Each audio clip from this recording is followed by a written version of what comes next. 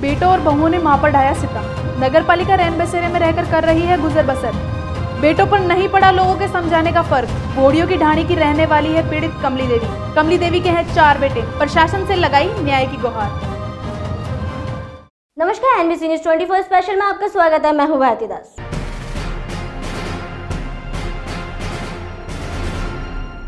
माँ शब्द सुनते ही दिल में ममता की एक लहर दौड़ जाती है, जिसका दर्जा भगवान से भी बड़ा है।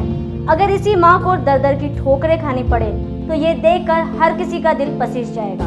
आज जिस माँ के बारे में हम आपको बताने जा रहे हैं, उसने कभी कल्पना भी नहीं की थी कि उसके कलेजे के टुकड़े बड़े होकर उसे दर दर की ठोकरें खाने पर मजबूर कर देंगे। अब हालात ऐसे हैं कि महिला नगर पालिका के रैन बसेरे में रहकर अपना जीवन यापन कर रही है। जानिए महिला की पूरी दास्तान। देखिए पत्रकार कमलेश शर्मा की स्पेशल रिपोर्ट। इसे कलयुग का असर कहें या कमजोर होती माँ की ममता। जिस माँ ने बुढ़ापे का सहारा समझकर 4 बेटों का पालन पोषण किया, उन्हीं बेटों बहुओं ने बुढ़ापे में माँ पर जुल्म ढाना शुरू कर दिया और मारपीट कर उसे घर से निकाल दिया।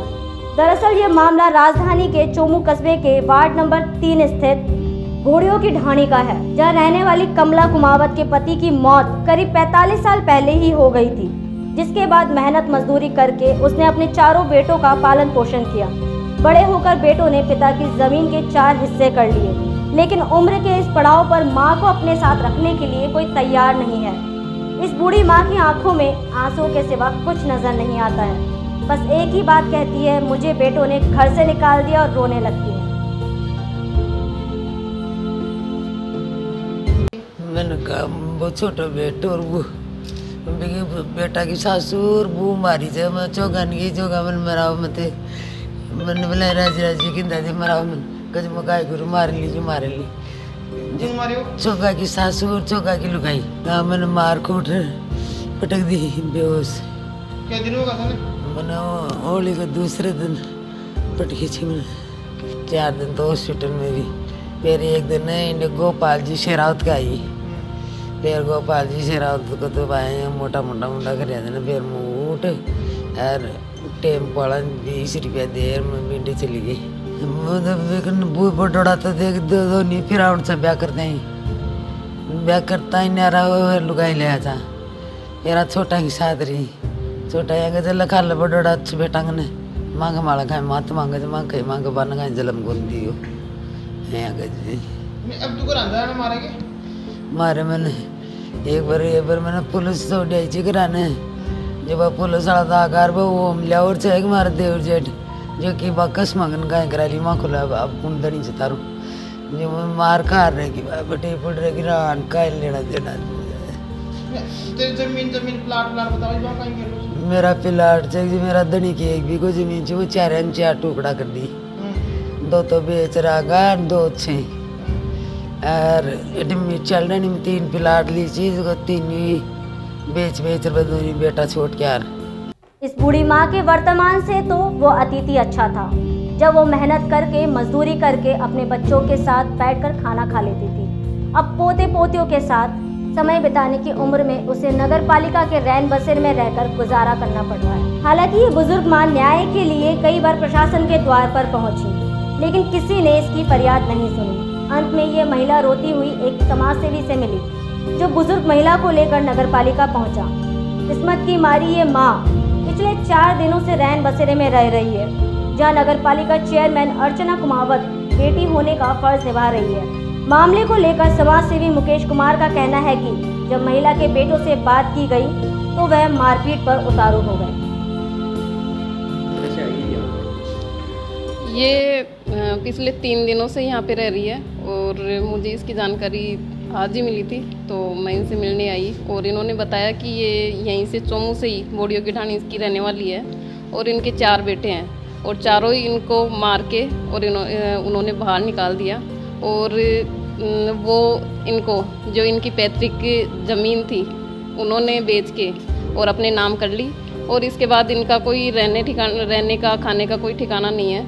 तो ये पिछले 3 दिनों से यही है और मैंने सामाजिक स्तर पे भी कोशिश की थी कि समझाइश हो, पर ऐसा कोई मामला यानी कि ये सुलझ नहीं पाया। इसलिए मैं आगे जो कार्रवाई होगी जैसे जो भी होगा इनके सहयोग में करूँगी।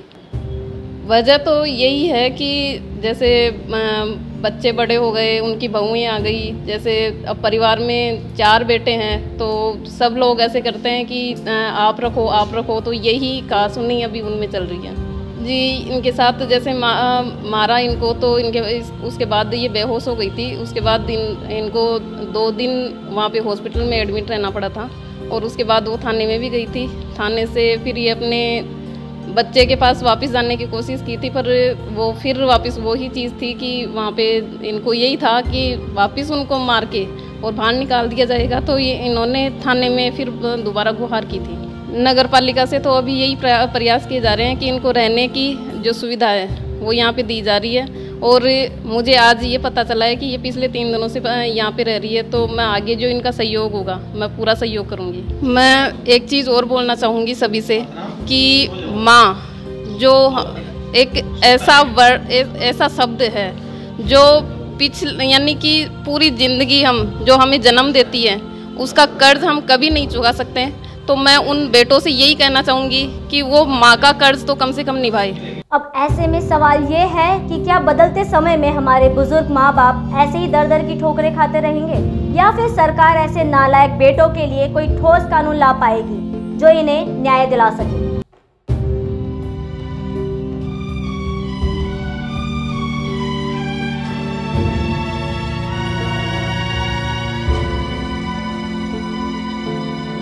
भगवान किस कसूर की दी है इसे सजा, जिंदगी यही है तो है जिंदगी में क्या, भगवान किस कसूर की दी है इसे सजा, जिंदगी यही है तो है जिंदगी में क्या, जिंदगी यही है तो है जिंदगी में क्या। फिलहाल एनबीसी स्पेशल में इतना ही। आप देखते रहिए एनबीसी न्यूज़ 24। नमस्कार।